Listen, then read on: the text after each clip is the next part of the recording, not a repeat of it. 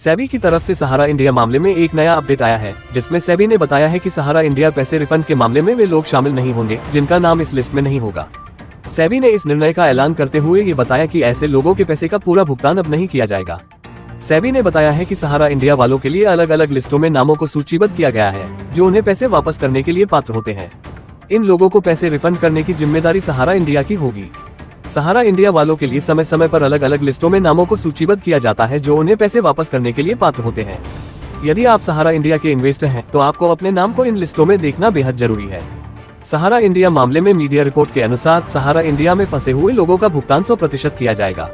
लेकिन इसके अलावा यदि आपका पैसा सहारा इंडिया के नाम पर अलग अलग कोऑपरेटिव सोसाइटी में लगा हुआ है, तो आपके पैसे का भुगतान करने की जिम्मेवारी सीधे उन लोगों की होगी जिन्होंने आपके पैसे को संगठन या कोऑपरेटिव में लगाया है। ये बताया जा रहा है कि आपके पैसे का भुगतान आपके जिले के पदाधिकारियों या केंद्र रजिस्टर्ड से होगा। ज्यादातर निवेशकों को मालूम नहीं है कि सहारा के कौन से फंड में उनका पैसा लगा है या फिर सहारा में निवेश भी नहीं हुआ है।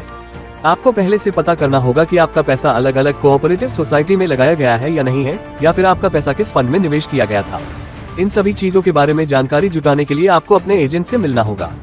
आइए अब जानते हैं कि सहारा किस लोगों को भुगतान करने जा रहा है।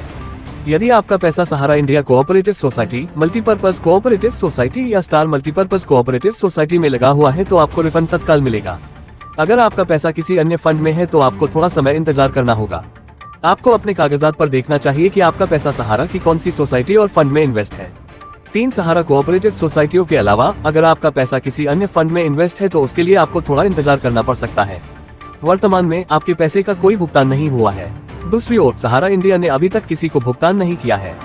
इस संदर्भ में केंद्र और राज्य सरकार के लिए उनके लोगों के पैसे को सहारा से रिफंड करवाने की जल्दी होनी चाहिए। सहारा की सुप्रीम कोर्ट की तरफ से एक बड़ी खबर निकल कर आ रही है, जहां पर निवेशकों के लिए एक अच्छी खबर है, और यह खबर बहुत ही महत्वपूर्ण है।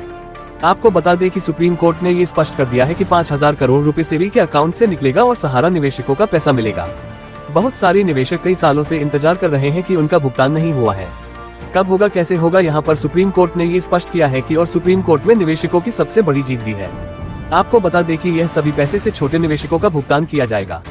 आपको बता दें कि सहारा इंडिया सुप्रीम कोर्ट के द्वारा एक बड़ी फैसला निकल कर आ रहा है, जिसमें बताया जा रहा है कि सेबी के खाते से 24,000 करोड़ रुपए में से 5,000 करोड़ रुपए वापस किए गए हैं, और यह पैसा 6 महीने में मिलना शुरू भी होगा, क्योंकि पिछले दिनों की बैठक में सहकारिता मंत्रालय और अमित शाह की बैठक के द्वारा ये सुप्रीम कोर्ट से आग्रह की गई थी कि 5,000 करोड़ रुपए सभी के खाते से दिया जाए, जिसके बाद छोटे सहारा निवेशकों के पैसे वापस किए जाएंगे।